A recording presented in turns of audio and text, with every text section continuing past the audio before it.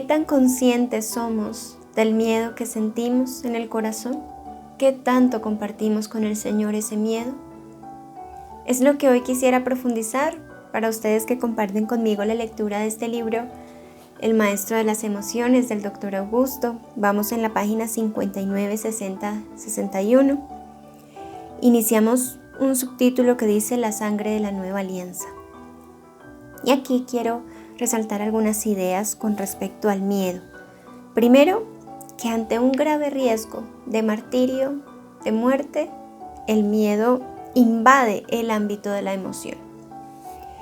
Y una invasión es casi que sobrepasar por otras emociones, llevarse por delante cualquier emoción que haya en el interior. Y el miedo muchas veces no logramos identificarlo como miedo. Como cada persona reacciona distinto al miedo, hay unos que el miedo los lleva a paralizarse, y esto es un poco evolutivo desde nuestra dimensión biológica. El miedo lleva a paralizar y a no reaccionar, casi que congela a la persona frente a esto que está viviendo. Y hay otras personas que también reaccionan, pero con rabia, con ira, con fuerza, para atacar y defenderse. Entonces, este miedo se mezcla con la ira y provoca esta reacción agresiva de las personas. Muchas veces las personas pueden vivir estas dos manifestaciones del miedo en un solo día, en una sola situación. Es decir, que aunque hayan dos formas de manifestar ese miedo, cada uno de nosotros puede vivirlas en el mismo día, en la misma situación o en diferentes situaciones. Que podríamos hoy profundizar en nuestra oración y compartirle al Señor, hacer de pronto un recuento de, cuáles son esos miedos en los que yo he reaccionado quedándome quieto, paralizado, congelado, no he logrado dar palabras ni pensar en lo que estoy viviendo. Y también qué miedos me han hecho reaccionar de forma agresiva con los demás, como defendiéndome de algo. Y tal vez me estoy sintiendo amenazado por alguna razón. Esto para que sigamos orando. Luego hay otras ideas, ya en la página 61, en las que el Dr. Augusto dice que gobernamos máquinas, pero no logramos gobernar algunos fenómenos inconscientes que leen la memoria y construyen las cadenas de pensamientos.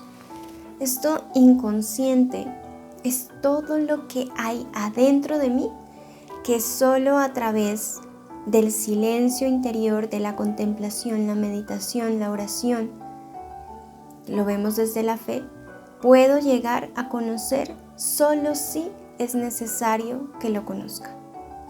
Con la gracia del Señor, el Espíritu Santo nos permite ver qué es lo que necesitamos trabajar y orar cuando se lo preguntamos.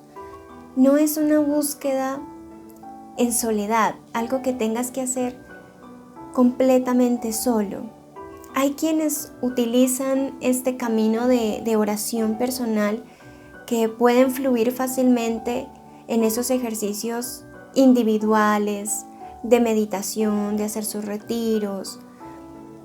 Sin embargo, recordemos que la fe cristiana a la que estamos llamados nos convoca a vivir estos procesos en comunidad. Nos dice el Señor, donde dos o más se reúnen en mi nombre, ahí estaré yo en medio de ustedes.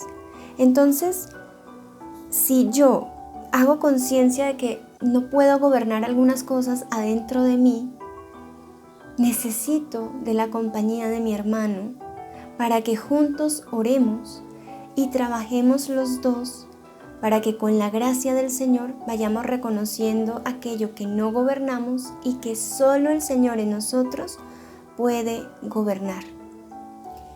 Y por eso es que la comunidad es tan importante en nuestra fe, incluso en la terapia.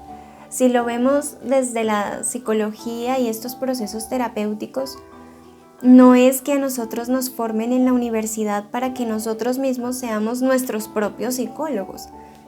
Eso no tiene sentido. Incluso para eso nos forman acompañar a una persona o acompañar grupos.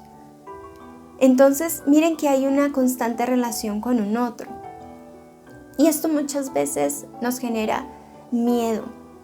Y el miedo a ser rechazado, a ser abandonado, a ser juzgado, maltratado por los demás.